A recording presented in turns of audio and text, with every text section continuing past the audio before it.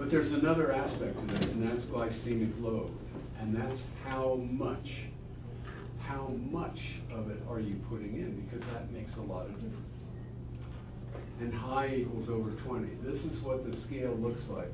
Low is the green, medium is the yellow, and high, anything over 20 is high. And what you try to do is get less than 100 per day if you want to take a look at this sort of thing. The benefits for this are for people that are interested in maintaining a certain weight, or if you're a diabetic. The American Diabetes Association is really getting into this type of thing very strongly. And if you don't want to be a diabetic, now I know there are a lot of retired people in the room, 25% of the people over 65 are diabetics. And the rate of diabetes is increasing very, very fast. In the last 20 years, it doubled. So you can probably avoid it if you don't. Now a lot of people say, well, why can't I solve this problem with a diet? Well, there's a gal, Dr. Lavinia Rodriguez, and there's a whole psychology about diets. First of all, there's somebody else's rules, and we don't necessarily like to follow somebody else's rules without knowing the why. And what happens is, pretty soon you feel deprived, because I can't have that food that I really want. Maybe it's a big piece of chocolate cake. And so I feel deprived. The next step is I'm tempted to eat it.